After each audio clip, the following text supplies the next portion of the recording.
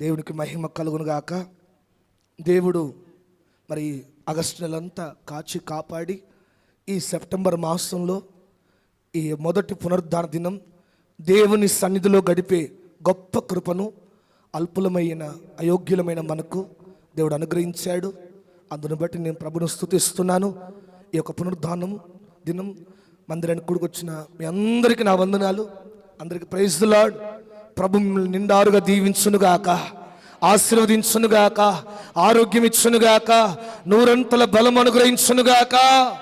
హల్లెలూయా, హల్లెలూయా. ఈ పూట కొద్దిసేపు దేవుని వాక్యం చెప్పి నేను ముగిస్తాను. అందరు బైబిల్ గ్రంథాలు తెరచి మనందరికీ చాలా సుపరిచితమైన దేవుని మాటలు విందాం. నిర్గమకాండం 14వ అధ్యాయం 14వ అధ్యాయం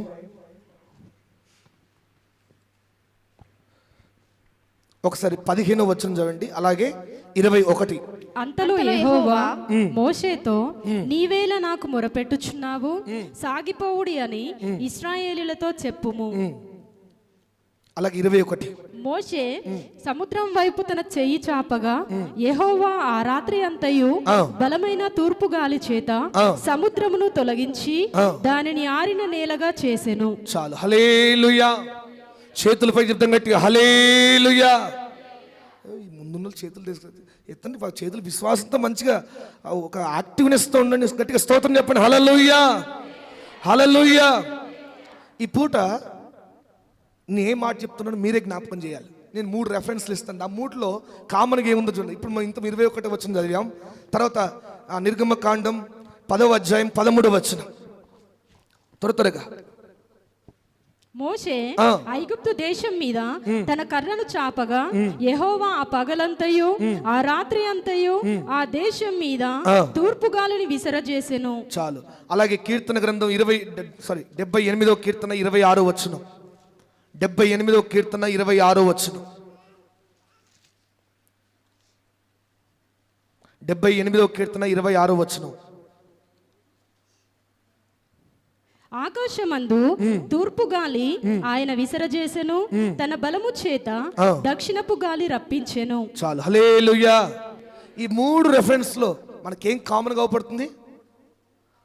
తూర్పు గాలి అని ఏమవుపడుతుంది? తూర్పు గాలి. ఏంటి తూర్పు నుంచి వచ్చిన గాలని? లేదంటే బైబుల్ ఏమన్నా అంటే తూర్పు, పడమర, దక్షిణం ఇవన్నీ ఏంటి? ఏమన్నా బైబుల్ వాస్తు పాటిస్తుంది అనుకుంటున్నారా? మనందరికీ తెలుసు అద్భుతాలు వెనుక దాగి ఉన్న రహస్యం. ఇంత మునుకు నిర్గమకాండం 14వ అధ్యాయం చదివాం. దేవుడు ఎలాగైతే ఇశ్రాయేలు ప్రజలను విడిపించి ఎలాగ నడిపిస్తున్నాడో మనం చదివాం. ఆ ఎర్ర సముద్రం యొక్క సీక్వెన్స్ మనం ఎన్నిసార్లు విన్నామో. ఆ ఎర్ర సముద్రం దగ్గర రాగానే ప్రజలందరూ మోషే మీద సనగడం, మోషే ఏమో దేవుని సన్నిధిలో ప్రార్థన చేయడం. ప్రార్థన చేస్తే దేవుడేమో, నువ్వు ఎందుకు ప్రార్థన చేస్తున్నావు? నువ్వు ఇప్పుడు ఎందుకు ప్రార్థన చేస్తున్నావు మోషే? నీకు ఆల్రెడీ చేతి కర్రనిచ్చాను, నువ్వు సాగిపో అన్నాడు. సాగిపో అంటే ఏం చేయాలి ప్రభా? మొత్తం నీళ్ళే ఉన్నాయి, సముద్రం ఉందంటే ఆ కర్రను సముద్రం వైపు చాపగలిగితే ఆ సముద్రం ఏమైపోతుంది? 2 పాయలు అయిపోతుంది. మీరు 6 నేల మీద నడుస్తారు, సాగిపోండి అంటున్నాడు. అయితే ఇక్కడ వరకు మనం ఎన్నోసార్లు విన్నాం, ఎలాగ సాగిపోయారో విన్నాం. ఇప్పుడు అసలు ఆ యొక్క ఎర్ర సముద్రం పాయలు కావడానికి కారణం ఏంటి? దేవుడు సాగిపోమ్మన్నాడు.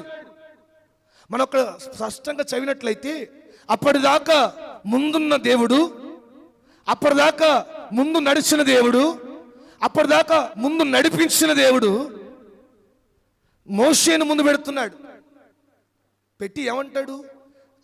ఆ యొక్క మేఘం వెనక వైపు వచ్చినట్టుంటుంది. అది మార్చండి. నిర్గమకాండం 14వ అధ్యాయం 17వ వచనం నుండి ఆ మేఘం వెనుకకు వచ్చినట్టుగా. ఇదిగో నేనే ఐగుప్తుల హృదయములను కఠినపరచుదును, వారు వీరిని తరుముదురు. నేను ఫరో వలనను అతని సమస్త సేన వలనను అతని రథముల వలనను అతని గుర్రపు రౌతుల వలనను నాకు మహిమ తెచ్చుకొందును. 19వ వచనం. అప్పుడు ఇశ్రాయేలీయుల ఎదుట సమూహమునకు ముందుగా నడిచిన దేవదూత వారి వెనుకకు పోయి వారిని వెంబడించెను. చాలు. హల్లెలూయా. చేతులపై చెప్పండి గట్టి, హల్లెలూయా, హల్లెలూయా. అప్పటిదాకా ముందు నడిపించిన మేఘం, ముందు నడిచిన దేవదూత, ముందు నావికునిగా నడిపించే సారథిగా వారధిగా నిలబడిన దేవుడు హఠాత్తుగా ఏమైపోయాడు? వెనక వైపు వెళ్ళిపోయాడట. మోషేను ముందు పెడతా ఉన్నాడు.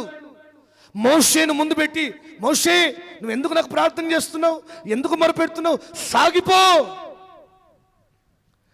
మోషేను ముందు పెట్టడంలో దేవుని ఉద్దేశం ఏంటి? సరే, మోషే ద్వారానే ఆ కార్యం జరిగిందంటారా?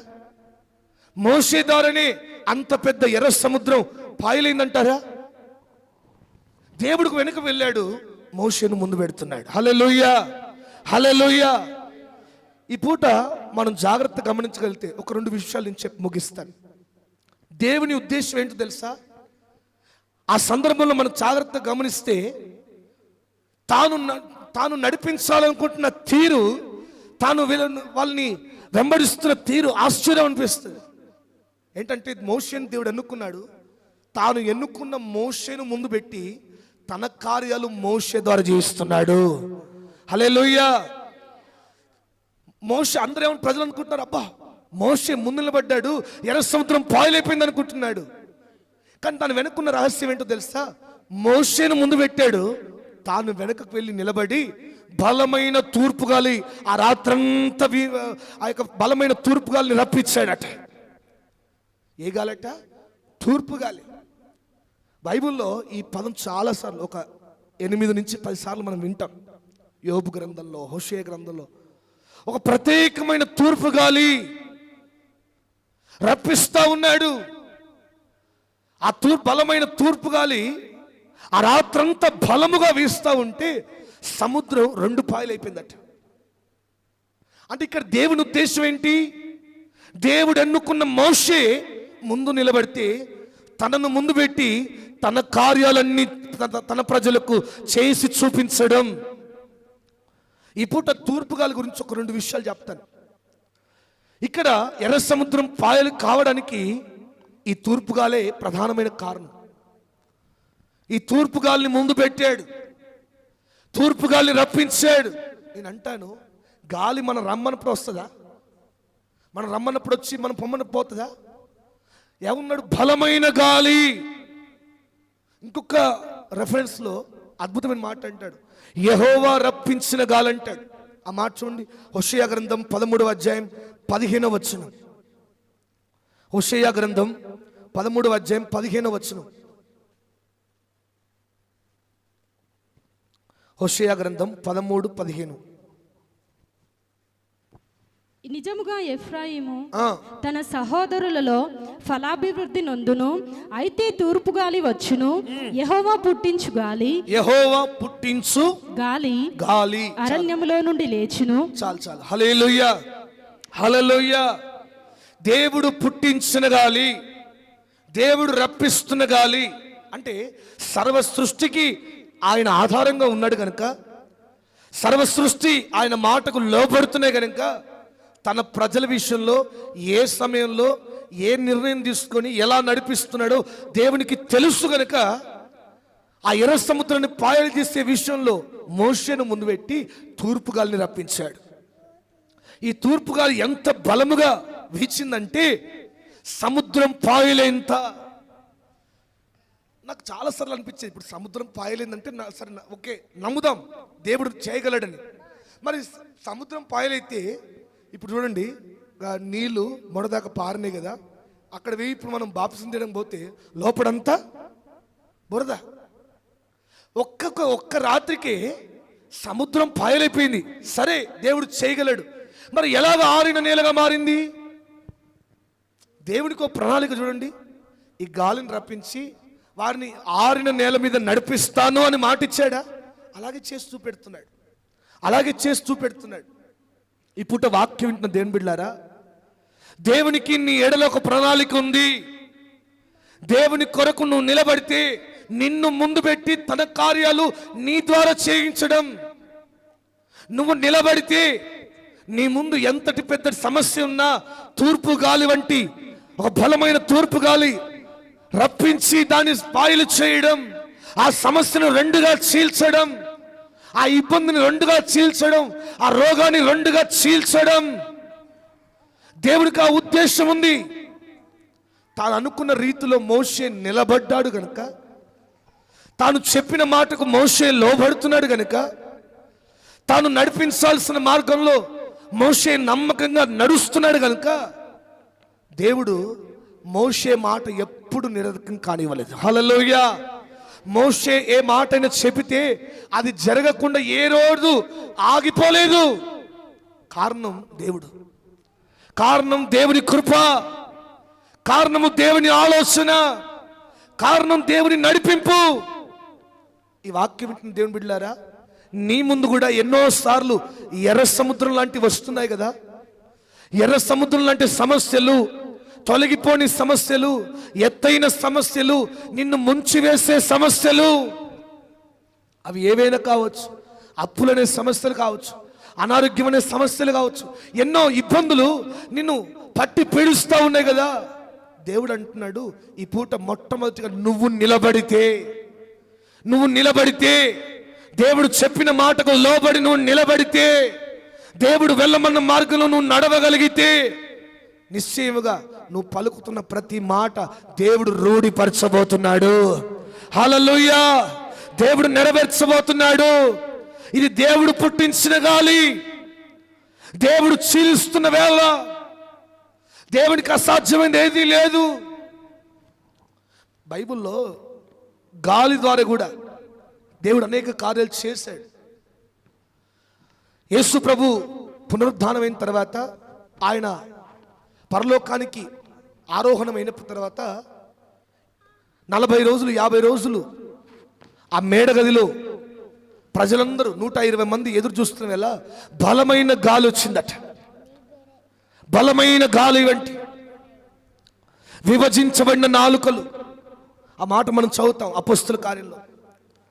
ఇప్పుడు చదువుతున్న అసలు చూడండి, బలమైన గాలి వలె దేవుని అభిషేకం, దేవుని ఆత్మ వారి మీదకి వచ్చినప్పుడు వారు పరిశుద్ధాత్మను, శక్తిని ఎలా పొందుకున్నారో మనం వింటాం. నేను అంటాడు, ఈ తూర్పు గాలి పరిశుద్ధాత్మ దేవుడికి సూచనగా ఉంది, పరిశుద్ధాత్మ దేవునికి సూచనగా ఉంది. నువ్వు నిలబడితే, ఈ దినం నువ్వు తీర్మానం తీసుకోగలిగితే, దేవుడు నిన్ను నిలబెడుతున్న వేళలో నువ్వు నిలబడితే, సోలిపోకుండా, వెనకడుగు వేయకుండా, నీ విశ్వాసాన్ని వెనుకకు మళ్లించకుండా ముందుకే నువ్వు నడవగలిగితే, దేవుడు నీ జీవితంలో కూడా పరిశుద్ధాత్మ దేవుని సహాయాన్ని పంపించునుగాక. హల్లెలూయా. పరిశుద్ధాత్మ దేవుని తోడు నీకు పంపిస్తాడు ఆయన.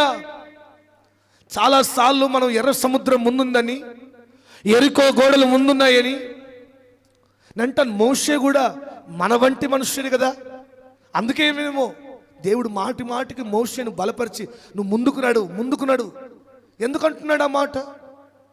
ఇప్పుడు మిగతా చాలాసార్లు చాలా మందితో ఎక్కువ అంత సన్నిహితంగా దేవుడు, ఎప్పుడైనా మనం సమయల గ్రంథంలో వింటాం కదా, దేవుని వాక్కు వినిపించుట అరుదు అనే మాట వింటాం. ఎప్పుడప్పుడు ఒకసారి వినబడింది. కానీ మోషేతో అలా కాదు. మాటి మాటికి మోషేను బలపరుస్తున్నాడు. మోషే నువ్వు ముందుకు నడు, మోషే నీ కర్ర ఆ సముద్రం వైపు చాపు, మోషే ధైర్యంగా ఉండు, మోషే నా ప్రజల పక్షాన్ని మాట్లాడని మాటికి మోషేను ముందు పెడుతూనే ఉన్నాడు. నేను అనుకుంటున్నాను, ఒకవేళ మోషే గనుక ఈ పరిస్థితులను చూసి వెనకడుగు వేస్తాడేమో. మోషే గనుక వెనకడుగు వేయకుండా, తన మాట అక్కడ జరగకుండా ఏదైనా అవిశ్వాసం తనలో దూరుతుందేమోనని మాటికి దేవుడు సహాయం చేస్తూ ఉన్నాడు. మాటికి తన వాక్కు చేత బలపరుస్తూ ఉన్నాడు. తన యొక్క దర్శనం చేత నడిపిస్తూ ఉన్నాడు. మోషే తాను నడిపిస్తూ తాను వెనక నిలబడి చేయవలసిన ప్రతి కార్యాన్ని, రావాల్సిన ప్రతి విజయాన్ని, రావాల్సిన ప్రతి సమాధానాన్ని దేవుడు వెన్నంటే ఉండి పరిశుద్ధాత్మ దేవుని సహాయం ద్వారా ప్రతిదీ దేవుడు జరిగిస్తా ఉన్నాడు. మరి ఈరోజు నిన్ను కూడా ఎన్నోసార్లు వాక్యం ద్వారా దేవుడు బలపరుస్తున్నాడు. ఆనాడు మోషేకి ప్రత్యక్షంగా బలపరిస్తే ఈ దినం పరోక్షంగా దేవుని వాక్యం ద్వారా నేను ఎన్నోసార్లు బలపరుస్తూ ఉన్నాడు. నువ్వు నిలబడు, అడుగులు ముందుకే సాగిపో, ఈ సమస్యను చూసి వెనకడుగు వేయకు, విశ్వాసంలో అవిశ్వాసిగా మారకు. ఎన్నోసార్లు నిన్ను బలపరుస్తుంటే ఈ వాక్యం నాకు కాదులే, ఈ వాక్యం నాకు కాదులే, ఈ వాక్యం నాకు కాదులే, ఇది నాకు కాదు, దేవుడు నన్ను నిలబడట్లేదు, దేవుడి కొరకు నేను నిలబడాలంటే ఈ సమస్యలను జయించలేను, ఈ ఇబ్బందులను జయించలేను, ఈ ఎర్ర సముద్రం లాంటి సమస్యల ముందు నేను సాగిపోలేను. మోషే అంటే భక్తుడు కాబట్టి సాగిపోయాడు. నేనెలా సాగిపోతానని ఎన్నోసార్లు అడుగులు వెనక వేస్తున్నావు కనుక దేవుడి ఇదిన మరొక్కసారి నీకు తన వాక్కు చేత బలపరుస్తా ఉన్నాడు. నువ్వు నిలబడగలిగితే, నువ్వు దేవుని పక్షాన్ని నిలబడగలిగితే, ఇదిగో బలమైన తూర్పుగాల్ని రప్పించి నీ సమస్యలను రెండుగా చీలుస్తానంటున్నాడు. హల్లెలూయా, హల్లెలూయా, హల్లెలూయా. నీ ముందున్న సమస్యలను చీలుస్తాడు ఆయన. నీ ముందున్న అప్పుల కోట చీల్చివేస్తాడు. నీ ముందున్న గమ్యం లేని, గురి లేని ఆ తరుణంలో నేను నడవలసిన మార్గంలో నిన్ను నడిపిస్తాడు. ఎప్పుడు తెలుసా? నువ్వు నిలబడితే. మోషే నిలబడ్డాడు, మోషే నడిపించబడ్డాడు. మోషే దేవుడు చెప్పిన రూట్లో, దేవుడు వెళ్ళమన్న మార్గంలో. మీకు తెలుసా, మోషే అప్పటికే 40 సంవత్సరాలు అదే రూట్లో ఆ ఎర్ర సముద్రం రూట్లోనే, ఆ కానాను రూట్లోనే, ఆ యొక్క హోరేబ్ పర్వతం రూట్లోనే 1 సంవత్సరం కాదు 40 సంవత్సరాలు నడిచాడు. అవునా? నడిచాడు లేదా? తన మామ యొక్క మందను మేపుతూ 40 సంవత్సరాలు గొర్రెల కాపరులుగా నడిపిస్తూ ఆ రూట్లో ఎన్నోసార్లు నడిచాడు. నేను అంటాను, మనం కూడా మనకు తెలవని పనులే, ఇది నాకు తెలుసు, ఇది నాకు తెలుసు, ఈ పని నాకు తెలుసు, ఇది ఎలా మాట్లాడాలో నాకు తెలుసు, ఎలా దీన్ని తెంపాలో, ఈ యొక్క పరీక్షాన్ని ఎలా సాధించాలో, ఎలాగ జయాన్ని సాధించాలో నాకు తెలుసు అని నీ సొంత ఆలోచన బట్టి వెళ్తున్నావు కనుకనే ఎన్నోసార్లు మునిగిపోతున్నావు, ఎన్నోసార్లు విజయాన్ని చూడలేకపోతున్నావు. ఎందుకు తెలుసా? నీ ఆలోచన బట్టి, నీకున్న అనుభవాన్ని బేస్ చేసుకొని, నీకున్న ఎక్స్పీరియన్స్, నీకున్న ఆలోచన, నీకున్న జ్ఞానం నిన్ను నష్టాల్లోకి తీసుకెళ్తుంది, నేను కష్టాల్లోకి తీసుకెళ్తుంది. నేను అంటాను, మరొక్కసారి జ్ఞాపకం చేసుకోండి, మోషేకి ఆ రూట్ తెలియదా? మోషే 40 సంవత్సరాలు గొర్రెలు మేపలేదా? 40 సంవత్సరాలు 40 దిక్కుల మేపు ఉంటాడు. రోజు వెళ్తున్న ఆ వ్యక్తికి ఆ రూట్ తెలియకపోవడం ఏంది? కానీ ఇక్కడ తన జ్ఞానం వాడుంటే ఖచ్చితంగా ఓడిపోయేవాడు, తన ఆలోచన వాడుంటే ఓడిపోయేవాడు, తన అనుభవాన్ని బేస్ చేసుకుంటే ఓడిపోయేవాడు. చాలా మంది తన అనుభవాలు బేస్ చేసుకుని నడుస్తూ ఉంటారు. తన ఆలోచన బట్టి, తనకున్న బలాన్ని బట్టి, తనకున్న ధైర్యాన్ని బట్టి, తనకున్న నడిపింపుని బట్టి, అందుకే ఓడిపోతున్నావు, అందుకే అపజయం పాలైపోతున్నావు, అందుకే అవమానాలు పాలైపోతున్నావు, అందుకే నువ్వు నిలబడుతున్న వేళ ప్రతిసారి పడిపోవాల్సిన పరిస్థితి ఎందుకు వస్తుందంటే నీ అనుభవం, నీ మాట, నీ యొక్క తాత్పర్యం, నేనంటే నీకున్న జ్ఞానం నిన్ను నష్టాలకు తీసుకెళ్తుంది. కానీ ఇక్కడ తన ప్రజలు నడిపించడానికి దేవుడు అనుక్షణము, అనుదినం అన్నా అంటాం కదా, అనుదిన కృప అంటాం కదా, అట్లా అనుదినము దేవుడే ఆ జ్ఞానాన్ని మోషేకి నింపి, అనుదినం మోషే దేవుని ప్రత్యక్షతను పొందుకొని, దేవుని యొక్క సన్నిధిలో వేడుకొని ఎలా వెళ్ళాలి. నాకు ఇంకా అర్థం కాని విషయం ఒకరు ఆలోచించండి. ఎర్ర సముద్రం దాకా వెళ్ళాడు, మరలా ప్రార్థన చేస్తున్నాడు, మరలా మొరపెడుతున్నాడు. ఎందుకు మొరపెడుతున్నాడు? దేవుడు తను పిలిచినప్పుడు చెప్పాడు కదా, అయ్యా నాకు మాట రాదయ్యా, నేను మాట్లాడలేనయ్యా అంటే నీకు బదులు అహరోన్ని మాట్లాడనిస్తాను, ఇదిగో నీ చేతులు ఏముంది, కర్ర ఉందయ్యా, ఈ కర్రనే నీకు దారి చూపెట్టే విధంగా, ఈ కర్రనే నేను బలపరిచే విధంగా, ఈ కర్ర నువ్వు చాపినప్పుడు అనేక అద్భుతాలు జరుగుతాయి అని చెప్పి నడిపించి బోధించి కర్రను చేతిలో పెట్టి పంపించాడా? సప్పుడు ఎత్తలేరు. నాకేం తెలుసు అయ్యా, నేను చూసినా లేసినా అంటారా? కాదు, పంపించాడు లేదా? అంత బలపరిచిన తర్వాత కూడా మాటికి దేవుని సహాయం పడుతున్నాడు. మాటి మాటికి దేవుని సెలవు అడుగుతున్నాడు. మాటి మాటికి దేవుని సన్నిధిలో మొరపెడుతూనే ఉన్నాడు. ఎందుకు తెలుసా? నడిపించవలసిన విషయంలో, మనం నడవవలసిన విషయంలో మన ఆలోచనలు అనేక సార్లు మనం నడిపిస్తూ ఉంటాయి. కొన్నిసార్లు మన అనుభవం గుర్తొస్తుంది. నా అనుభవం, నేను 40 సంవత్సరాలు గొర్రెలు మేపిన వ్యక్తిని, నాకు తెలియదా ఈ రూటు అనే మాట రావచ్చేమో. తన అనుభవాన్ని పక్కన పెట్టి, తన ఆలోచనలు పక్కన పెట్టి, తన జ్ఞానాన్ని పక్కన పెట్టి, తన మాటను పక్కన పెట్టి దేవుని సహాయం తీసుకుంటున్నాడు. నేను అంటాను, ఎక్కడ వెళ్ళినా మోషే ఓడిపోకుండా దేవుడు చేస్తాడు. హల్లెలూయా! చెప్పండి గట్టి, హల్లెలూయా! హల్లెలూయా! ఎర్ర సముద్రం దగ్గర కూడా ఓడిపోకుండా, అంత పెద్ద ఎర్ర సముద్రం దగ్గర కూడా తన మాట దేవుడు జరిగేటట్టు చేశాడు. తనను నమ్ముకున్న వారు ఏది పలికితే అది జరిగిస్తాడు అని మరొక్కసారి రుజువుపరిచాడు. ఐగుప్తుల ముందు, ఇశ్రాయేలు ప్రజల ముందు, నామకార్థ క్రైస్తవుల ముందు దేవుని నమ్ముకుంటే, దేవుణ్ణి కొరకు నిలబడితే దేవుడు ఏదైనా చేస్తాడు, ఏదైనా చేయగలడని మరొక్కసారి మోషే మాటను దేవుడు రుజువుపరిచాడు. మరి ఈరోజు నీ కుటుంబీకుల ముందు, నీ యొక్క సన్నిహితుల ముందు, నీకు తెలిసిన వారందరి ముందు నీ మాట ఎందుకు చాలాసార్లు ఫెయిల్ అయిపోతా ఉంది? ఎస్, నీ మాట నీ జ్ఞానాన్ని బట్టి వస్తా ఉంది. నీ మాట నీ ఆలోచన బట్టి పలుకుతా ఉన్నా. నీ మాట నీ అనుభవాన్ని బట్టి పలుకుతా ఉన్నావు. నేను అంటాను, దేవుని సన్నిధికి వచ్చిన తర్వాత మన అనుభవము, మన ఎక్స్పీరియన్స్, మన జ్ఞానము, మన ఆలోచనలు మొత్తం ప్రక్కన పెడితేనే అప్పుడు దేవుడు పనిచేస్తాడు. అప్పుడు దేవుడు నడిపించడం మొదలు పెడతాడు. అప్పుడు దేవుడు ఆలోచన ఇవ్వడం మొదలు పెడతాడు. అప్పుడు దేవుడు స్టీరింగ్ దేవుని చేతిలో పెట్టాలి. మనం ఒక ప్రయాణంలో, జీవితం అనేది ఒక ప్రయాణం అనుకుంటే స్టీరింగ్ మనం నడపద్దు, దేవుని చేతిలో పెట్టాలి. మనం నడిపితే చెట్లల్లా, మనం నడిపితే ఎక్కడెక్కడ సమస్యలల్లా, మనం నడిపితే రాత్రి అంతా నడుపుతుంటే నిద్రలా ఎటట పోతుంది. దేవుని నడిపింపుకు వదిలేయాలి, దేవుని సహాయానికి వదిలేయాలి. ఉదయకాలం ఎంత మంచిగా ప్రార్థనలు జరుగుతున్నాయి. ఏకీభిస్తున్నావా? ఏకీభించండి.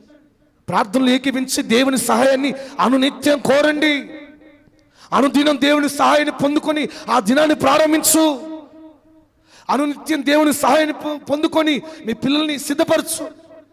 అనునిత్యం దేవుని సహాయాన్ని పొందుకొని మీ పిల్లల్ని పంపించి స్కూల్ కొరకు సిద్ధపరచగలిగితే, కాలేజీకి వెళ్తున్న వారిని ప్రార్థనపూర్వకంగా సిద్ధపరచగలిగితే, వెంటనే దేవుడు ఓటమి అనేది నీ దరికి చేరకుండా దేవుడు విజయాన్ని ఇస్తాడు. హల్లెలూయా! హల్లెలూయా! మోషే దేవుడి సహాయాన్ని కలిగి ఉన్నాడు కనుకనే తన వారందరూ ఉన్నారు, తన వారందరి ముందు తన తలెత్తేటట్టుగా దేవుడు చేస్తాడు. హల్లెలూయా! హల్లెలూయా! అందుకే మోషే చనిపోయినప్పుడు 120 రోజులు దుఃఖ దినాలు ప్రకటించారంట, ఏడ్చారంట. 40 రోజులు దుఃఖమే. ఎందుకు తెలుసా? ఇంత మంచి నాయకుని మేము చూడలేదయ్యా, ఇంత మంచి నడిపించే నాయకుని, దేవుని సహాయాన్ని పొందుకొని నడిచే వ్యక్తిని, దేవుని ఆలోచన ప్రకారం నడిచే వ్యక్తిని మేము చూడలేదని ఆ ప్రజలందరూ ఏడ్చారు. ఎందుకంటే వారిలో కూడా కోరాహు కుమారులు, ఇంకా ఎంతోమంది అనుభవస్తులు ఉన్నారు. కానీ వాళ్ళెవ్వరు మోషే ముందు పనికిరారు. వాళ్ళెవ్వరు దేవుని ఆలోచనలు పొందుకునే విషయంలో పనికిరారు. కోరాహు కుమారులు పోలేదా? కోరాహు వాళ్ళు పోలేదా? వంశస్థులు పోలేదా? అయ్యా, దేవుడు మిమ్మల్ని మాత్రమే పిలిచాడా? మోషే, అహరోను మొత్తం మీ కుటుంబమే చేస్తారా? మేము చేయొద్దా అనుకొని తీసుకెళ్ళి లోపల పోయారు. ఏమైంది? భూమి నెరవేర్చి మింగివేస్తున్నట్టు వారిని. ఎందుకంటే దేవుని ఆలోచన వారు చూడలే. వాళ్ళకి ఎప్పుడు ఏమోపడుతుంది?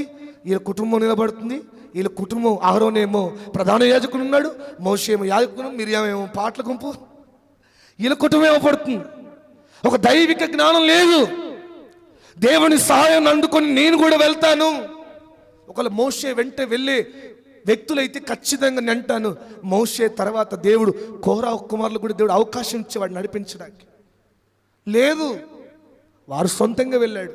దేవుని సహాయం లేకుండా, దేవుని ఆలోచన లేకుండా అడిగేస్తారు కనుక అపజయాలు పాలయ్యారు. వారి వంశాన్ని అంతా ఏమైపోయింది తెలుసా? భూమి నెరవిడిచి మింగేస్తున్నట్ట. దేవుని కోపము ఫలముగా వారి కుటుంబం మీదకి వచ్చిందట. ఎందుకంటే దేవుని సహాయం లేక, దేవుని ఆలోచన లేక, దేవుని నడిపింపు లేక. దేవుని నడిపింపు మనకు అవసరం, దేవుని ఆలోచన ప్రకారం అడుగేయడం అవసరం. దేవుని ఆలోచన ప్రకారం మోషే అడిగేస్తారు కనుకనే దేవుడు విజయం ఇచ్చాడు. దేవుడు అక్కడ తూర్పు గాలిని పంపించి ఆ యొక్క సముద్రాన్ని 2 పాయలు చేశాడు. నీ జీవితంలో కూడా నేను నమ్ముతున్నాను, ఈ దినం దేవుని ఆలోచన తీసుకోగలిగితే, దేవుని సహాయాన్ని పొందుకోగలిగితే, దేవుని కొరకు నువ్వు నిలబడగలిగితే, నీ కొరకు కూడా ఏదో ఒక గాలిని పంపిస్తాడు. ఆ సమస్యలను చీల్చేటట్టుగా, ఆ సమస్యల మధ్యలో సమాధానం వచ్చేటట్టుగా దేవుడు చేస్తాడు. హల్లెలూయా, హల్లెలూయా. నిన్ను తలదించుకునేటట్టు చేయడు ఆయన. నీ పిల్లలు అపజయ పాలయ్యేటట్టుగా, అవమానాల పాలయ్యేటట్టుగా చేయడు. ఎందుకంటే నువ్వు దేవుని సహాయాన్ని అడిగి వెళ్తున్నావు, దేవుని ఆలోచన ప్రకారం వెళ్తున్నావు, దేవుడి చిత్తాన్ని తెలుసుకుని వెళ్తున్నావు. దేవుడు నిలబడ్డమన్నప్పుడు నువ్వు నమ్మకంగా నిలబడుతున్నావు, నీకు విజయాన్ని ఇస్తాడు. ఇద్దరు ఒక తీర్మానం తీసుకో, ప్రభువా నీ కొరకు నేను నిలబడతాను. ఎవరైనా, యవనస్తులైనా, పెద్దలైనా, ఆ సంఘ పెద్దలైనా, ఎవరైనా మనం దేవుని చిత్తం తెలుసుకొని మనం కూడా దేవుని కొరకు నిలబడాలి, దేవుని పని కొరకు నిలబడాలి.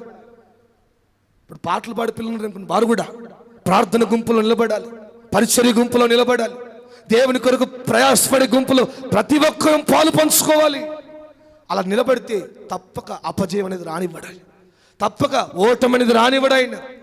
జయ జెండా నీ జీవితంలో, నీ ఆత్మీయ జీవితంలో ఎగురవేసే విధంగా జయాన్ని నీకు అనుగ్రహిస్తాడు. ఆమెను చెప్తాం గట్టిగా, హల్లెలూయా. ఈరోజు ఆ తీర్మానం తీసుకుందాం. మోషే నిలబడినట్లు మనం కూడా దేవుని కొరకు, దేవుని పని కొరకు, దేవుని పరిచర్య కొరకు మనం నిలబడుతుండగా దేవుడు నిశ్చయంగా తూర్పు గాలిని పంపించి మన సమస్యలు చీల్చివేయునుగాక. ఆమెను చెప్పండి గట్టిగా. రెండవదిగా తూర్పు గాలి రెండవ సందర్భం చూద్దాం. నిర్గమకాండం 10వ అధ్యాయం 13వ వచనం కూడా. మోషే ఐగుప్తు దేశం మీద తన కర్రను చాపగా యెహోవా ఆ పగలంతయు ఆ రాత్రి అంతయు ఆ దేశం మీద తూర్పు గాలిని విసరజేసెను. చాలు, హల్లెలూయా. చేతులపై యుద్ధం గట్టిగా హల్లెలూయా. మొట్టమొదటిగా తాను నిలబడిన మోషే కొరకు దేవుడు తూర్పు గాలిని పంపించాడు. చెప్పండి, ఎవరి కొరకు? తాను నిలబడిన, తను నమ్ముకొనిన, తన మాట పట్టుకొని అడుగు వేసిన మోషే కొరకు తూర్పు గాలిని పంపించాడు సమస్యలు చీల్చడానికి. రెండోదిగా మరొకసారి మనం వింటాం ఏంటంటే, ఇశ్రాయేల్ ప్రజలను పంపించడానికి ఫరో ఒప్పుకోడు. ఫరో గుప్పిట్లో పెట్టుకోవాలి, ఈ ఇశ్రాయేల్ ప్రజలను అణచివేయాలి, అనగదొక్కాలి, వీళ్ళు మా కింద పనివారిగా ఉండాలని ఫరో ఎన్నో ఆలోచనలు పెట్టుకొని మరి మోషే వచ్చి అడిగినప్పుడు పంపించాడు. ఫరో సైన్యం పెద్దది, ఫరో సైన్యం గొప్పది, ఫరో సైన్యం ఆయుధం కలిగది. ఫరో సైన్యంలో ఎన్నో ఆయుధాలు ఉన్నాయి, కొత్త కొత్త ఆయుధాలు ఉన్నాయి, ఎంతో బలమైనది. నేను అంటాను, మరి మోషే చేతిలో ఏమైనా ఆయుధం ఉందా? మోషే చేతిలో కత్తులు ఉన్నాయా, కటారులు ఉన్నాయా? ఏం యుద్ధ ఆయుధాలు లేవు కదా. మరలా వచ్చి ప్రార్థన చేస్తే దేవుడు ఎప్పుడైతే ఆ యొక్క ఐగుప్తు దేశం వైపు ఈ యొక్క మోషే కర్రను మరొక్కసారి చాపితే మరలా తూర్పు గాలి వచ్చిందట. హల్లెలూయా, హల్లెలూయా. దేవుడు తన ప్రజలు ఎక్కడ నిలబడతారో, తన ప్రజల కొరకు ఏ కార్యమైనా, ఏ దిక్కు నుంచైనా అది రావాల్సిన సహాయం ఏ దిక్కులో ఉన్నా, ఏ మారుమూల ప్రదేశంలో ఉన్నా దేవుడు రప్పిస్తాడు. హల్లెలూయా. తన ప్రజల కొరకు, తన ప్రజల మాట నెగ్గించిన కొరకు, తన ప్రజలను విడిపించిన కొరకు, ఆ బానిసత్వం నుంచి విడిపించాలని, ఆ శత్రు కోట నుంచి బయటికి రప్పించాలని మోషే చేతు ఆ యొక్క కర్ర చాపినప్పుడు మరలా వచ్చిందట తూర్పు గాలి. మరలా తూర్పు గాలి ఈసారి ఏం తీసుకొచ్చింది తెలుసా? ఈసారి తూర్పు గాలి వస్తే ఆ తూర్పు గాలికి, ఆ బలమైన గాలికి మిడతలు, పురుగులు, అన్ని రకరకాల అన్నీ ఆ యొక్క ఐగుప్తు దేశంకి విస్తృతంగా వచ్చాయట. ఎంత విస్తృతంగా వచ్చాయంటే గర్వంతో విర్రవీగిపోతున్న ఫరో దిగి వచ్చేంత వరకు. హల్లెలూయా, హల్లెలూయా. ఫరో పశ్చాత్తపడేంత వరకు, ఫరో సైన్యాన్ని అదుపులో పెట్టుకొని ఇశ్రాయేల్ ప్రజలను విడిచేంత వరకు తూర్పు గాలిని పంపించాడు. ప్రియమైన దేవుని బిడ్డలారా, ఈ రెండవసారి దేవుడు మనకు తెలియజేస్తున్న పాట ఏంటంటే, తన ప్రజలను విడిపించడానికి దేవుడు ఏ కార్యమైనా చేయగలుగుతాడు. తన ప్రజలను విడిపించడానికి ఈరోజు నువ్వు ఏ బానిసత్వంలో ఉన్నావు, ఎటువంటి స్థితిగతుల మధ్యలో ఉన్నావు. కొంతమంది కొన్ని పరిస్థితుల మధ్యలో చిక్కుబడిపోయి ఉన్నారు, కొన్ని బంధకాల్లో చిక్కుబడిపోయి ఉన్నారు. శాతపడి శక్తులు, దెయ్యపు శక్తులు, దురాత్మ శక్తుల మధ్యలో చిక్కుబడిపోయి ఉన్నారు. అవిశ్వాసం అనే ఆ యొక్క చిక్కు బంధకాల్లో చిక్కుబడిపోయి ఉన్నారు. పనులు పాటలను పెట్టేసి ప్రార్థన అనే గమ్యముని పొందుకోలేని చిక్కుబడిపోయి ఉన్నారు. నెంటను నువ్వు ప్రార్థన చేయగలిగితే, నెంటను నువ్వు చిక్కుబడిపోయిన ఏ సమస్యలైనా, ఏ బంధకాలు నిన్ను చిక్కువేశాయి, ఏ బంధకాలు నిన్ను బంధించాయి, ఏ భారము నీ మీద మోపబడతా ఉంది, వాటి నుంచి విడిపించగలడు. హల్లెలూయా, హల్లెలూయా. అంటాను ఫరో సైన్యము వాళ్ళంటారు ఆయుధాలు నమ్ముకున్నారు, మోషే మాత్రం ప్రార్థన నమ్ముకున్నాడు. ఆమెను చెప్పండి గట్టిగా, ఆమెను చెప్పండి గట్టిగా. ప్రార్థన నమ్ముకున్నాడు, ప్రార్థన అనే ఆయుధాన్ని నమ్ముకున్నాడు. ఒకసారి అమెరికా దేశంలో ఒక వ్యక్తిని తీసుకొచ్చి జైల్లో వేశారు. ఎందుకు వేశారంటే, ఈ వ్యక్తి అణుబాంబు తయారు చేస్తున్నాడు. అణుబాంబు ఇప్పుడు మనం చూసాం కదా, పాకిస్తాన్ ఇంకా ఏదో దేశం, రష్యానో ఏదో అణుబాంబు తయారు చేస్తుందని చెప్పి వారి స్థావరాలన్నీ అమెరికా దేశం కూల్చేసింది. ఏంటి అణుబాంబు? ఆ ఒక్క అణుబాంబు ఎక్కడేస్తారో ఆ దేశం మొత్తం నామరూపం లేకుండా అవుతుందట. అటువంటి భయంకరమైన ఆయుధం తయారు చేస్తున్నాడు అని చెప్పి తీసుకొచ్చి జైల్లో వేశారు. నిజానికి ఆ వ్యక్తి అణుబాంబు తయారు చేసే వ్యక్తి కాదట. ఆ పేరు గల వ్యక్తిని తీసుకొచ్చేసారు, అన్యాయంగా జైలు చేశారు. నువ్వు అణుబాంబు తయారు చేస్తున్నావు, నువ్వు దేశాన్ని ఆగం చేయాలనుకుంటున్నావు అని చెప్పి అన్యాయంగా తీసుకొని వచ్చేసారు. వేస్తే ఆయన జైల్లో ఒక రోజున తర్వాత ఆ సైన్యాన్ని అడిగంట, నాకు ప్రార్థన చేసుకోవడానికి అవకాశం కావాలి, నేను దేవుని వాక్యం చదువుకోవడానికి అవకాశం కావాలి, నాకు అవకాశం ఇవ్వండి అని చెప్పి, ఇవ్వకపోతే నేను 3 రోజులు ఆమరణ నిరాకరణ దీక్ష జైల్లో చేస్తాను అని చెప్పి ఆ జైలు వాళ్ళతో అన్నాడట. అంటే ఆ మూడు రోజులు ఉపవాసం ఉండి ఏం తినకుండా ప్రార్థన చేస్తున్నాడంట. అప్పుడు ఈ వార్త ఆ దేశ ప్రధానికి తెలిసిందట. అరే, ఈ వ్యక్తి ప్రార్థన పరుడై ఉన్నాడు, వాక్యం చదవడం కోసం అడుగుతున్నాడు, అసలు ఈ వ్యక్తి నాకు కాదండి. మరలా ఎంక్వైరీ చేస్తే ఈ వ్యక్తి కాదని తెలిసిన తర్వాత 3 రోజులకే ఆ దేశ ప్రధాని వచ్చి ఆ జైలు అధికారికి చెప్తే ఆ వ్యక్తిని విడుదల చేస్తే ఈ రిపోర్టర్లు ప్రెస్ వాళ్ళందరూ ఊరుకుంటారా? అందరూ వచ్చి, సార్ మీ దృష్టిలో బలమైన ఆయుధాన్ని కనిపెట్టారంట కదా, ఏంటి బలమైన ఆయుధం అంటే ఇదేమో తెలుసా, అణుబాంబు అని చెప్పాలా? ఏమని చెప్పాడు తెలుసా? అణుబాంబు కంటే బలమైన ఆయుధం నేను కలిగి ఉన్నాను, అదే ప్రార్థన అనే ఆయుధం. చెప్పలు పడదాం గట్టిగా, హల్లెలూయా. అణుబాంబు కంటే శక్తివంతమైనది, నన్ను విడిపించింది ప్రార్థన అనే ఆయుధం.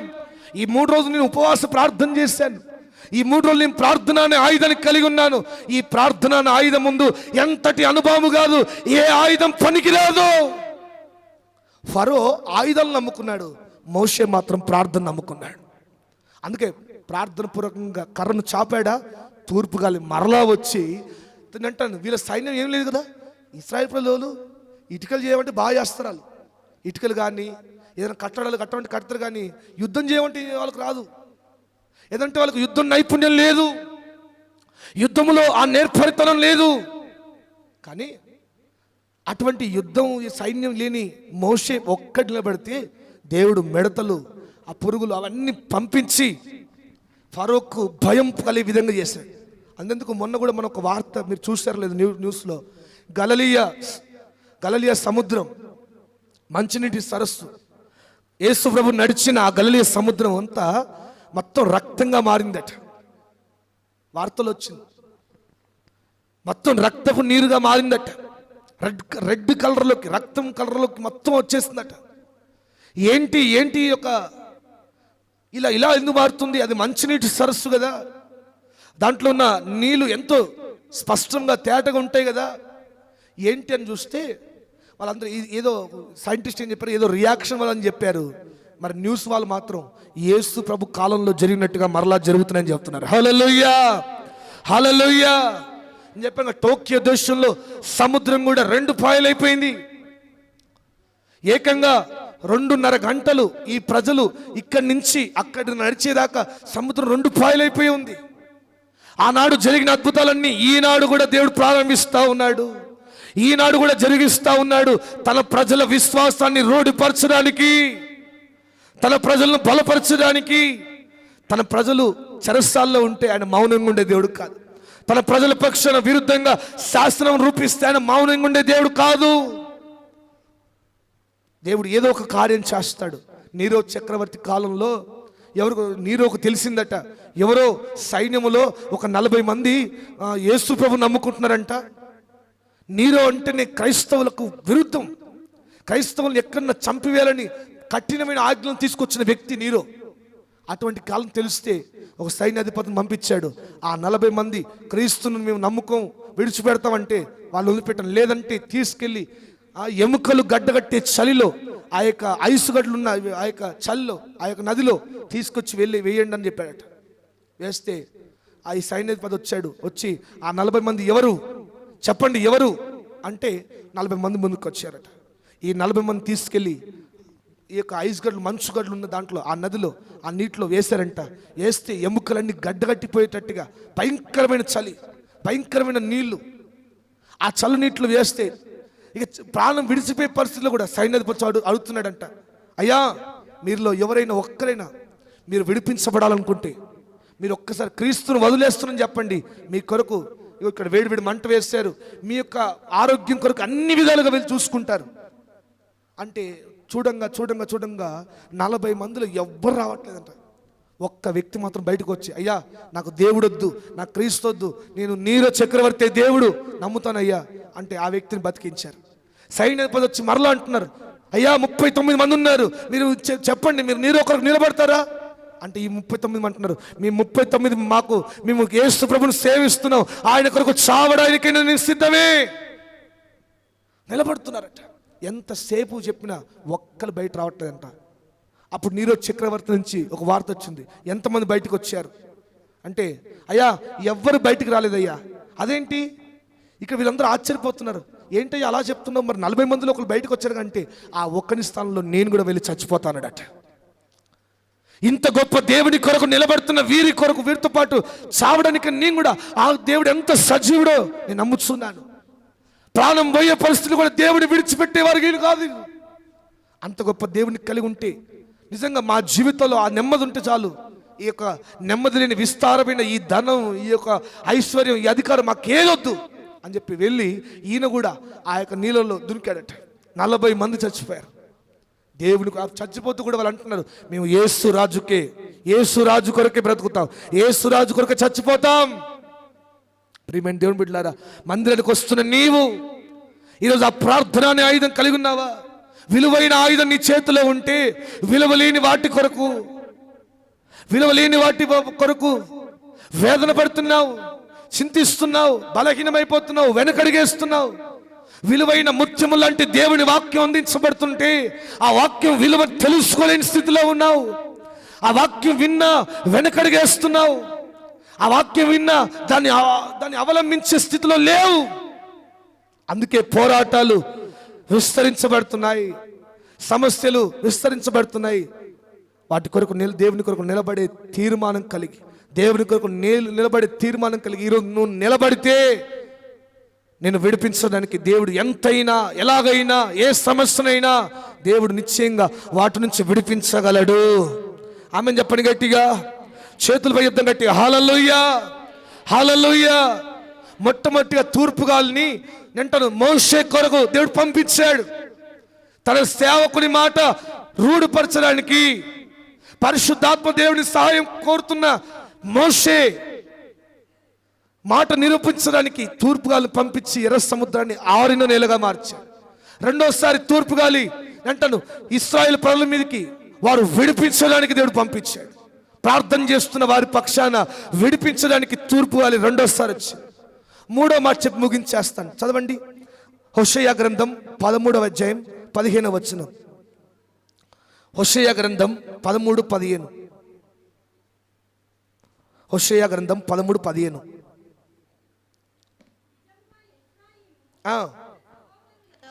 ఫలాభివృద్ధి నొందును. అయితే తూర్పు గాలి వచ్చును, యెహోవా పుట్టించు గాలి అరణ్యంలో నుండి లేచును. అది రాగా అతని నీటి బుగ్గలు ఎండిపోవును. చాలు. అలాగే కీర్తన గ్రంథం 78:26 ఇంతకుముందు చదివిన మాట కూడా చదువుదాం. 78వ కీర్తన 26 ఆకాశమందు తూర్పు గాలి ఆయన విసరజేసెను, తన బలము చేత దక్షిణపు గాలి రప్పించెను. ధూళి అంత విస్తారముగా మాంసమును సముద్రపు ఇసుక రేణువంతా విస్తారముగా రెక్కలు గల పిట్టలను ఆయన వారి మీద కురిపించెను. చాలు. హల్లెలూయా. చేతులు పైకి చెప్తాం గట్టిగా, హల్లెలూయా, గట్టిగా హల్లెలూయా. మూడవసారి తూర్పు గాలి దేని కొరకు వచ్చింది తెలుసా? తన ప్రజలను పోషించడానికి. ఆమె చెప్పండి గట్టిగా, హల్లెలూయా. ఈ కీర్తన గ్రంథంలో అంటాడు, తూర్పు గాలిని, ఆకాశం తూర్పు గాలిని దేవుడు రప్పిస్తున్నాడు, పడమటి నుంచి పడమటి గాలిని రప్పిస్తా ఉన్నాడు. ఎందుకు తెలుసా? ధూళంత విస్తారమైన ధూళంటే ఇప్పుడు మనం ఒక పిడికెడు ఇసుక తీసేస్తే ఎంత ధూళి వెళ్తుందో దాన్ని పోలుస్తూ అంటాడు, ధూళంత విస్తారమైన ఆహారం, ఆకాశం నుండి మాంసం తన ప్రజలను పోషించడం కొరకు దేవుడు రప్పిస్తున్నాడు. హల్లెలూయా. చేతులపై యుద్ధం గట్టి హల్లెలూయా, హల్లెలూయా. ఎంత గొప్ప దేవుని మనం కలిగి ఉన్నాం. తన ప్రజలను పోషించడానికి అంటాడు, వారికి రోజు మాంసం ఇవ్వడానికి. స్పష్టంగా కీర్తనకారుడు రాస్తా ఉన్నాడు ఆయన. ధూళంత విస్తారం, సముద్రమంత సమృద్ధి తన ప్రజల కొరకు దేవుడు రప్పిస్తా ఉన్నాడు. తన ప్రజలను పోషించడం కొరకు. తన ప్రజలు పస్తులు ఉండడం దేవునికి ఇష్టం లేదు. తన ప్రజలు సమృద్ధిగా నిలబడడం దేవునికి ఇష్టం. తన ప్రజలు సమృద్ధిలో నడుస్తూ సమృద్ధిని కలిగిస్తున్న దేవుణ్ణి సేవించడం దేవునికి ఇష్టం. అంటారు, ఇంత శ్రేష్టమైన ఆహారాన్ని పంపిస్తూ ఆ కరువులో కూడా, ఎడారుల్లో కూడా తన ప్రజలను పోషిస్తున్న దేవుడు ఎంత గొప్ప దేవుడు మన దేవుడు. ఇంత ఘనమైన దేవుని కలిగి ఘనహీనమైన వాటి కొరకు పరిగెత్తడం ఏంటి? ఘనమైన దేవుని వాక్యం మనకుండగా, బలమైన దేవుని వాక్యం మనకుండగా బలహీనమైన వాటి కొరకు పరుగులెత్తడం ఏంటి? బలహీనమైన వాటి కొరకు ప్రయాసపడడం ఏంటి? దేవుని వాక్యం కొరకు ప్రయాసపడవలసిన మనము దేనికో ప్రయాసపడుతున్నాం, దేనికో పరితపిస్తున్నాం. ఈరోజు పోషించబడలేకపోవడానికి కారణం కూడా అదేనేమో. దేవుని వాక్యం కొరకు పరిగెత్తాల్సిన నీవు, వాక్యం కొరకు పరితపించాల్సిన నీవు, వాక్యం కొరకు ప్రయాసపడాల్సిన నీవు, దేవుని వాక్యం ప్రకారం జీవించడం కొరకు అన్ని విధాలుగా నిలబడాల్సిన నీవే అడుగులు వెనకేస్తున్నావు. అందుకే నీ కుటుంబం అపజయాల పాలవుతుంది. అందుకే నీ కుటుంబం కరువులో ఉంటా ఉంది, కష్టాల్లో నడుస్తూ ఉంది, కన్నీటిలో నడుస్తూ ఉంది, కలవరాలు చుట్టుముడుతున్నాయి. కారణం తెలుసా?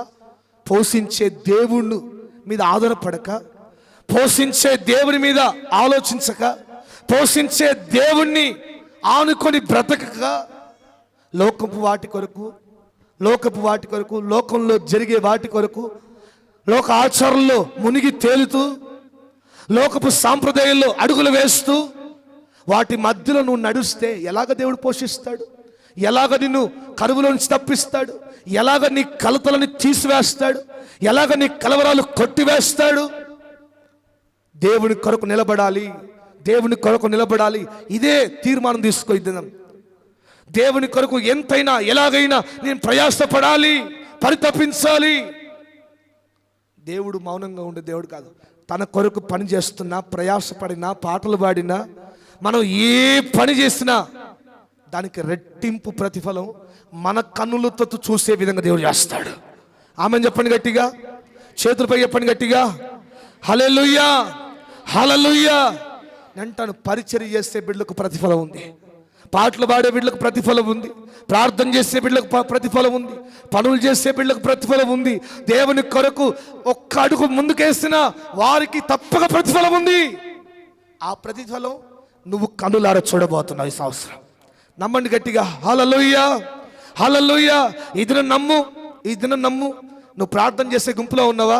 ప్రతిఫలాన్ని ఈ సంవత్సరం చూడబోతున్నా. ఈ సెప్టెంబర్ నెల దేవుడు ఏం వాగ్దానం ఇచ్చాడు తెలుసా? దయ చూపే కాలం వచ్చింది, దేవుని దయ నీ మీద చూపబడే కాలం వచ్చింది. దేవుని దయ నీ పిల్లల మీద చూపే కాలం వచ్చింది. నీ దరిద్రత కొట్టివేసే కాలం వచ్చింది.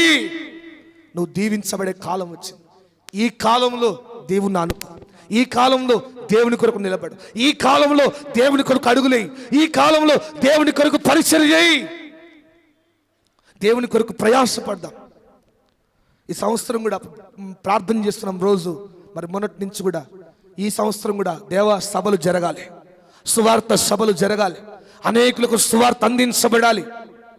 నేను అంటాను, కొద్దిమంది అనాలోచన పనులు, ఆలోచన లేని వారు దేవుని చిత్తాన్ని గ్రహించని వారు అనుకోవచ్చు. నేను అంటాను, అయ్యో ఈ సభలు అక్కడ పెడితే ఏమొస్తాయిలకు అనుకుంటున్నాను. నేను అంటాను, దేవుని చిత్తం గ్రహించని వాడు అనే మాట అది. దేవుని చిత్తం ప్రకారం నిలబడేవాడు ఏమంటాడు తెలుసా? ఎక్కడ జరిగినా దేవుని నామం గణపరచబడుతుంది, ఎక్కడ జరిగినా ఆత్మలు రక్షించబడుతున్నాయి, వాక్యం విస్తారంగా బోధించబడుతుంది. వాక్యం అనే విత్తనాలు ఈ దినం ఈ సభల ద్వారా విస్తారంగా చల్లుతున్నామా? ఒక దినం రాబోతుంది, పంటనంతా దేవుడు సమకూర్చబోతున్నాడు. ఆత్మల పంటను దేవుడు సమకూర్చబోతున్నాడు. మన చేనులోకి పంటను దేవుడు రప్పించబోతున్నాడు. హల్లెలూయా. విశ్వాసంతో దేవుని కొరకు ప్రయాసపడాలి. ఈ సంవత్సరం ఫస్ట్ ప్రారంభం అనుకున్నాం, ఈ సంవత్సరం సభలు పెట్టద్దులే అమ్మా, మనం కష్టం ఉంది, మందిరం పని ఉంది అనుకున్నాం. కానీ ప్రార్థన చేస్తున్నప్పుడు దేవుడు ఎప్పుడైతే ఈ మాట ఇచ్చాడు, ఈ సెప్టెంబర్ నెలలో మొట్టమొదటి రోజు దయ చూపే కాలం వచ్చిందని ఎప్పుడైతే దేవుడు మాట పలికాడో ఒక్కటే అనుకున్నాం. ఇంత ఈ 2 సంవత్సరాలు గత సంవత్సరాలన్నీ ఏ రోజు దేవుని పని జరగడం కొరకు ఏ రోజు వెనకడుగు వేయలేదు. ఈ సంవత్సరం కూడా వెనకడుగు వేయద్దు. దేవుని పని జరగాలి, దేవుని సువార్త పని జరగాలి, దేవుని కొరకు ఈ సంవత్సరం కూడా ప్రయాసపడాలి, పరిచర్య జరగాలి, శ్రేష్టమైన ఉపదేశం ప్రజలందరికీ అందించబడాలి. ఖచ్చితంగా నేనైతే నమ్ముతున్నాను, ఈ యొక్క ప్రయాసకు ప్రతిఫలం మనం కనులారా చూడబోతున్నాం. హల్లెలూయా, హల్లెలూయా. ఖచ్చితంగా ఆత్మల పంట చూడబోతున్నాం. దేవుడు అలాగా దయచేయునుగాక. హల్లెలూయా. మనం ఎవరి కొరకు అడిగేస్తున్నాం? దేవుని కొరకు అడిగేస్తున్నాం. దేవుడు అన్యాయం చేస్తాడా? దేవుడు ఒంటరిగా చేయి విడిచిపెడతాడా? ఈ సంవత్సరం మీరందరూ కూడా నిలబడండి. పాటలు పాడేవారు కూడా పరిచర్య గుంపులో ఉండండి, ప్రార్థన చేయండి, కన్నీరు విడవండి. దేవుడి సన్నిధిలో, ప్రభువా ఈ సంవత్సరం కూడా నీ కార్యం విరివిగా జరగాలి, నీ నామమే గణపరచబడాలి. మహిమ మాకో మీకో ఎవరికో కాదు, దేవునికే రావాలి. హల్లెలూయా, హల్లెలూయా. దేవుని నామానికే రావాలి, దేవుని సేవకే రావాలి, దేవుని రాజ్యం కొరకే సిద్ధమవ్వాలి. అంటాను, ఇదంతా కేవలం ప్రార్థన ద్వారా జరగలుగుతుందా లేదా? మనం అందరూ ప్రార్థన చేస్తున్నాం, ఈరోజు నుంచే ప్రార్థన చేస్తున్నాం. మంచి డేట్లు కావాలి, మంచి సేవకులు కావాలి, మంచి దేవుని వాక్యం బోధించే సేవకులు మన ప్రాంతంలో అడుగు పెట్టాలి అంటాను. అటువంటి సేవకులకు ఎంత ప్రయాసపడినా, ఎంత పరితపించినా, ఎంత కన్నీరు విడిచినా అంటాను, దేవుడు ఏది రుణాన పెట్టుకోడు. మనమన్న రుణంలో పడతాం కానీ దేవుడు రుణం ఉంచుకోడు. ఆయన ఖచ్చితంగా ఈ సంవత్సరం నేను నమ్ముచున్నాను, ఈ పరిచర్య కొరకు ప్రయాసపడుతున్న ప్రతి బిడ్డ జీవితంలో ప్రతిఫలం చూచేటట్లుగా దేవుడు చేయునుగాక. ఆమెను చెప్పండి గట్టిగా, ఆమెను చెప్పండి గట్టిగా.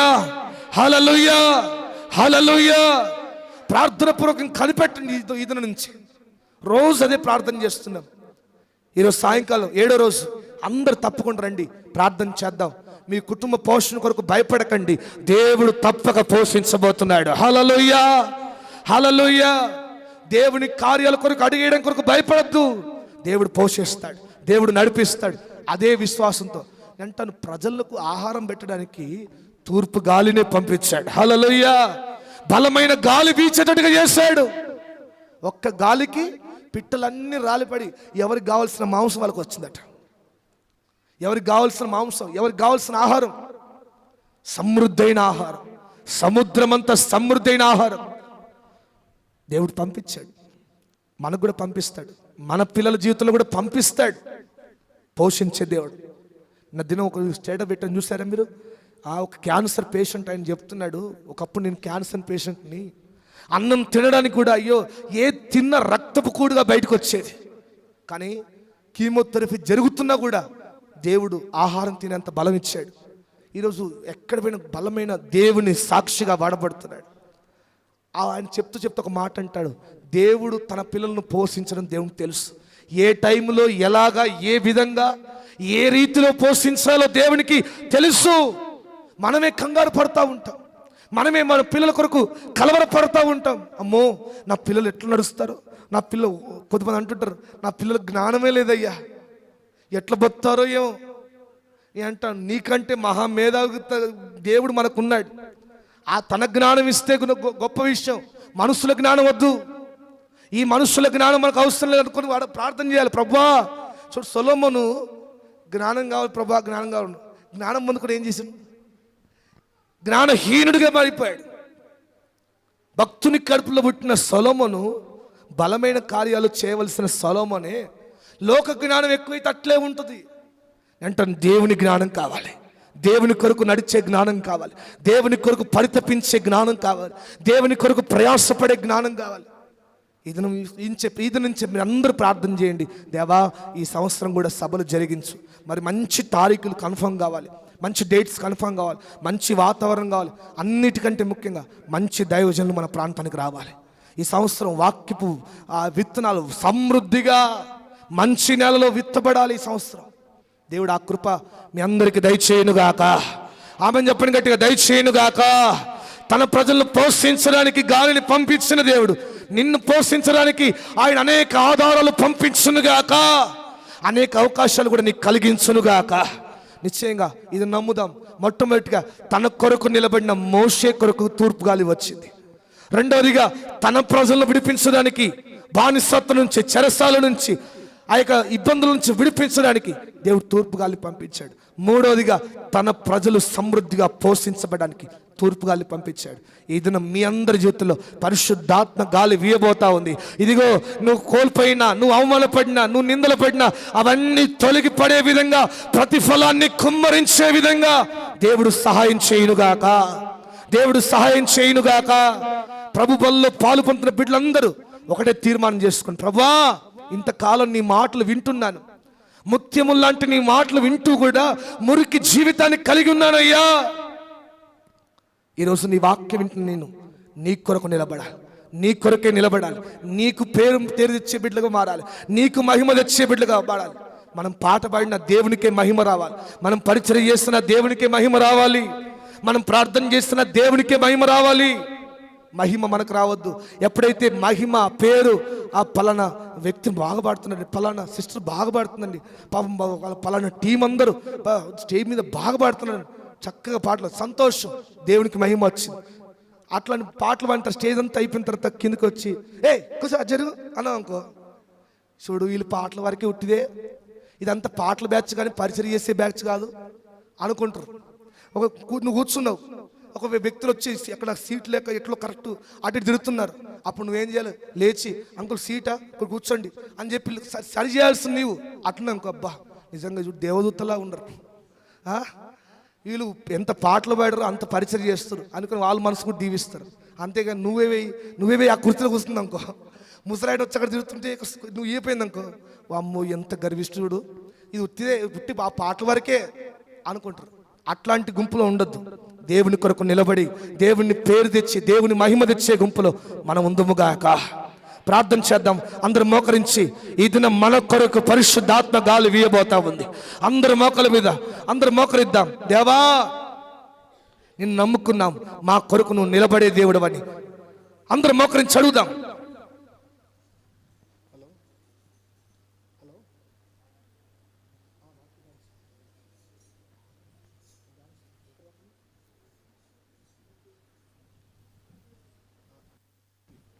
అందరూ ప్రార్థన చేద్దామా?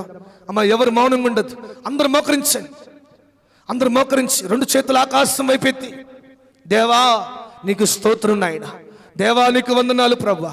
దేవుని సన్నిధిలో ఇదిగో నీ కొరకు కూడా తూర్పు గాలి వీచే రోజులు రాబోతా ఉన్నాయి, నీ కొరకు కూడా పరిశుద్ధాత్మ గాలి వీచే రోజులు రాబోతా ఉన్నాయి, నీ కొరకు కూడా అవకాశాలను కురిపించడానికి దేవుడు అన్ని విధాలుగా అన్ని దిక్కులకు ఆజ్ఞాపించబోతున్నాడు. ఆయన చెయ్యి ప్రార్థన చెయ్యి. అందరూ మోకరించి రెండు చేతులు ఆకాశం విప్పి, దేవా నీ కొరకు పోరాడే గుంపులు నన్ను ఉంచండి అయ్యా. అయ్యా తండ్రి నీ కొరకు నిలబడాలయ్యా, నీ కొరకు పరితపించాలి, నీ కొరకు నిలబడాలి ప్రభువా. అడుగుతావా? అందరూ మోకరించి ఒక్క మోషే మాట నెరవేర్చుటకు దేవుడు తూర్పు గాలిని పంపించగలిగితే, ప్రకృతికి ఆజ్ఞాపించగలిగితే, తన ప్రజలు నడవడానికి సముద్రాన్ని ఆరిన నేలగా మారిస్తే, రెండు చేతులు ఆకాశం వైపు ప్రార్థన చేద్దాం. హల్లెలూయా, హల్లెలూయా, హల్లెలూయా. యేసయ్యా నీకు స్తోత్రం, స్తోత్రం, స్తోత్రం, స్తోత్రం. పరిశుద్ధాత్మ తండ్రి నీకు స్తోత్రం, స్తోత్రం. యేసు రాజా నీకు స్తోత్రం, స్తోత్రం, స్తోత్రం. చేయండి, చేయండి, ప్రతి ఒక్కరు ప్రార్థన చేయండి. రెండు చేతులు ఆకాశం వైపు ఎత్తి. పౌలు అదే అంటాడు, నా దేవుని కొరకు శ్రమ పడిపోతే నా జీవితం వట్టిదే. నా దేవుని కొరకు శ్రమ పడాలని, నా దేవుని కొరకు పరిగెత్తాలని, నా దేవుని రాజ్యం కట్టబట్ట కొరకు ప్రయాసపడే గుంపులో ఉండాలని నాకు ఆశ ఉందయ్యా. ఈ దినం యేసయ్య మార్గం కొరకు, యేసు వెళ్ళిన ఆ మార్గమే, ఆ పోరాట మార్గమే నిలబడతావా? రెండు చేతులు ఆకాశం పెట్టి హల్లెలూయా, హల్లెలూయా, హల్లెలూయా. యేసయ్యా, యేసయ్యా. ఒక్క మోషే నిలబడితే, ఒక్క మోషే అడుగు పెడితే తన కొరకు ప్రకృతిని ఆజ్ఞాపించిన దేవుడు ఆయన, ప్రకృతిని ఆజ్ఞాపించిన దేవుడు ఆయన. నేను అంటాను, నిన్ను పోషించడానికి దేవుడు సమస్తాన్ని ఆజ్ఞాపించబోతా ఉన్నాడు, సమస్తాన్ని సిద్ధపరచబోతా ఉన్నాడు, సమస్తము సిద్ధపరిచి ఉన్నాడు ఆయన. రెండు చేతులు ఆకాశం పెట్టి, ప్రభువా నీవెంతైనా గొప్ప దేవుడు, నీవెంతైనా ఆశ్చర్యకరుడు. ఒక్క మోషే నిలబడ్డాడు. అయ్యా నేనెందుకు నిలబడలేకపోతున్నాను? ఎస్, ఏవో అడ్డుకుంటున్నాయి, ఏవో మురికి జీవితం అడ్డుకుంటుంది, ఏవో పాపపు మాటలు అడ్డుకుంటున్నాయి, పాపపు సాంగత్యం నన్ను అడ్డుకుంటుందయ్యా. నీ కొరకు నిలబడే మనసు నాకు దయచేయండి. ఒక్క మోషే నిలబడితే తూర్పు గాలి పంపించాడు. తన ప్రజలు విడిపించబడాలని ప్రకృతిని ఆజ్ఞాపిస్తా ఉన్నాడు. ప్రార్థన చేసే వ్యక్తులు ఎక్కడైతే ఉంటారో వారికి దేవుడు నిలబడబోతున్నాడు, వారి పక్షాన దేవుడు నిలబడబోతా ఉన్నాడు. ప్రార్థన ఆయుధం కలిగిన బిడ్డల పక్షాన దేవుడు నిలబడబోతా ఉన్నాడు. ప్రార్థన ఆయుధం పట్టుకున్న వారు ఎన్నడూ పడిపోరు, ఎన్నడూ ఓడిపోరు. వారి పిల్లలు ఓడిపోకుండా, వారి పిల్లలు ఓటమి పాలు కాకుండా, వారి పిల్లలు ఓటమి నీడలో బ్రతకకుండా జయ జెండా అనుగ్రహించబోతా ఉన్నాడు ఆయన, జయ జెండా అనుగ్రహించబోతా ఉన్నాడు ఆయన. హల్లెలూయా, హల్లెలూయా. మూడోదిగా తన ప్రజలు పోషించబడాలని, తన ప్రజలు సమృద్ధితో నింపబడాలని, తన ప్రజలు నిలబడాలని, తన ప్రజలు పోషించడం కొరకు తూర్పు గాలిని ఆజ్ఞాపించిన దేవుడు ఆయన. ఈరోజు నీ జీవితంలో కూడా బలమైన తూర్పు గాలి వీయబోతా ఉంది, బలమైన పరిశుద్ధాత్మ గాలి వీయబోతా ఉంది. సమస్యలు చీల్చడానికి, రోగాలను నయం చేయడానికి, అనారోగ్యంలో దెయ్యాలను కాల్చివేయడానికి పరిశుద్ధాత్మ గాలి వీయబోతా ఉంది. హల్లెలూయా, హల్లెలూయా. విశ్వాసంతో పలుకు, విశ్వసించు. నీ జీవితాన్ని సరిచేయడానికి, నీ జీవితాన్ని సరైన మార్గంలో నిలబెట్టడానికి, నీ కుటుంబాన్ని అందరంత ఘనమైన స్థానంలో ఘనపరచడానికి దేవుడు తప్పకుండా పంపించబోతా ఉన్నాడు. బలమైన తూర్పు గాలిని తన ప్రజల కొరకు పంపించినట్టుగా పరిశుద్ధాత్మ గాలిని నీ కొరకు పంపించబోతా ఉన్నాడు. పరిశుద్ధాత్మ సహాయం నీకు పంపించబోతా ఉన్నాడు. పరిశుద్ధాత్మ దేవుని ఆలోచన నీ పిల్లలకు పంపించబోతా ఉన్నాడు ఆయన, పంపించబోతా ఉన్నాడు ఆయన. గట్టిగా చప్పట్లు కొడుతూ ఇప్పుడే ఎర్ర సముద్రం పాయలేనట్టుగా, ఆరిన నేల మీద నడిచినట్లుగా నీవు నిత్యము నడవడానికి సమస్తం సిద్ధపరచబోతా ఉన్నాడు. సమస్యల మార్గంలో సమాధానం ఇవ్వబోతా ఉన్నాడు. నిశ్చయంగా నీ పక్షాన్ని నిలబడబోతా ఉన్నాడు, నీ కొరకు నిలబడబోతా ఉన్నాడు. ఇతను తీర్మానం తీసుకో. ఎన్నో సార్లు ఆరోగ్యాన్ని కాపాడు కొరకు ఎన్నెన్నో ఖర్చు పెట్టు కొరకు నిలబడ్డావు, ఎంతో మంది కొరకు మాట్లాడడానికి నిలబడ్డావు, ఎంతో మంది పక్షాన వాగ్వాదాన్ని చేయడానికి నిలబడ్డావు, పని చేయడానికి నిలబడ్డావు. కానీ ఈరోజు దేవుడు అంటున్నాడు, దేవుని కొరకు నువ్వు నిలబడుతున్నావా? దేవుని కొరకు నువ్వు నిలబడాలని తీర్మానం తీసుకుంటున్నావా? నువ్వు నిలబడగలిగితే చాలు, నువ్వు నిలబడితే చాలు. సమస్యలు చీల్చడాలి, రోగాలు చీల్చబడాలి, అప్పులు చీల్చబడాలి, దయ్యపు శక్తులు చీల్చబడాలి. ప్రకృతిని దేవుడు ఆజ్ఞాపించబోతాడు. యేసయ్య వెళ్ళిన మార్గం ఏది? యేసయ్య చూసిన మార్గం ఇది. అపోస్తలుడైన పౌలైతే, అయ్యా నేను మంచి పోరాటం పోరాడుతున్నాను, నా యేసయ్య కొరకు పోరాడుతున్నాను. ఈరోజు నువ్వు ఎవరి కొరకు పోరాడుతున్నావు? ఎవరి కొరకు పోరాడుతున్నావు? దేవుని కొరకేనా? దేవుని పని కొరకేనా? దేవుని ఆలోచన కొరకేనా? దేవుని ఉద్దేశంలో నిలబట్ట కొరకేనా? నీ కొరకు తూర్పు గాలి రాబోతా ఉంది, నీ సమస్యలను చీల్చడానికి. పరిశుద్ధాత్మ గాలి రాబోతా ఉంది, నిన్ను పోషించడానికి. పరిశుద్ధాత్మ దేవుని సహాయం పొందుకోబోతున్నావు, శత్రువులు ఎదుట విజయం పొందుకోవడానికి. ఇద్దరం ప్రార్థన చేద్దామా? దేవా, ఆ ప్రయాసపడే గుంపులో నన్ను నిలబెట్టు ప్రభా, నాకు సహాయం చేయి ప్రభా. నేను నీ కొరకు నిలబడాలి, నా పిల్లలు నీ కొరకు నిలబడాలి, నా కుటుంబం నీ కొరకు నిలబడాలయ్యా. ఒకప్పుడు ఎంత ఆత్మీయంగా నడిచే వ్యక్తివి నీవు, ఒకప్పుడు దేవుని కొరకు పరిగెత్తిన వ్యక్తి, దేవుని కొరకు ప్రయాసపడ్డ వ్యక్తివి, దేవుని కొరకు ఎంత పరిచర్య చేసే వ్యక్తివి. ఈ దినం లోకాన్ని చూసి, లోక మనుషులను చూసి ఆగిపోయావు. నీ స్థితిలోనే ఆగిపోయావు, ప్రార్థనలో ఆగిపోయావు, పరిచర్యలో ఆగిపోయావు, ప్రయాసపడే గుంపులో ఆగిపోయావు. అందుకే అపజయం ఎదురవుతా ఉంది, అందుకే అడ్డంకులు ఎదురవుతా ఉన్నాయి, అందుకే విజయాన్ని చూడాల్సిన నీవు అపజయాలు చూస్తున్నావు, పోషించబడాల్సిన నీవు కరువును చూస్తా ఉన్నావు, విడిపించబడాల్సిన నీవు ఆ బంధకాల్లోనే ఇంకా మగ్గిపోతా ఉన్నావు. తీర్మానం తీసుకో, పశ్చాత్తపడి దినం. ఒకప్పుడు ఎంత ప్రార్థన, ఒకప్పుడు ఎంత పరిచర్య, ఒకప్పుడు ఎంత కన్నీరు. ఈ దినం ప్రభు వల్ల పశ్చాత్తపడు. ప్రభా, ఈ సెప్టెంబర్ నెల నుంచి నీ కొరకు నిలబడే కృప దయచి, నీ కొరకు నడిచే కృప దయచి, నీ కొరకు సాగిపోయే మనస్సు నాకు దయచే ప్రభువా. అయ్యా, పేతురు వలె లోకాన్ని చూసి ఆగిపోయానయ్యా. అయ్యా, నీతో కలిసి పోరాడాల్సిన నేను ఆగిపోయాను ప్రభా, ఆగిపోయాను ప్రభా. ప్రార్థనలో ఆగిపోయాను, పశ్చాత్తపడే విషయంలో ఆగిపోయాను, పరిచర్య గుంపులో ఆగిపోయాను, సువార్త ప్రకటించే గుంపులో ఆగిపోయానయ్యా. నన్ను క్షమించి మరొక్కసారి పరిశుద్ధాత్మ సహాయం నాకు దయచేయి ప్రభా, పరిశుద్ధాత్మ సహాయం నాకు దయచేయండి అయ్యా.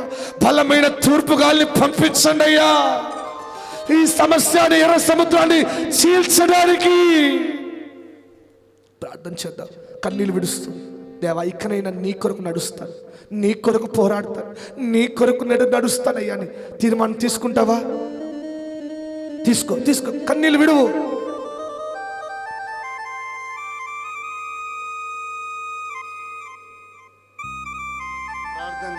ప్రార్థన చేద్దాం. ప్రభువుల దినము ఈరోజు, ఈ వాక్యాన్ని బట్టి దాన్ని చెప్తూ ప్రార్థన చేద్దాం. రాయలమ్మ ప్రార్థన చేస్తుంది.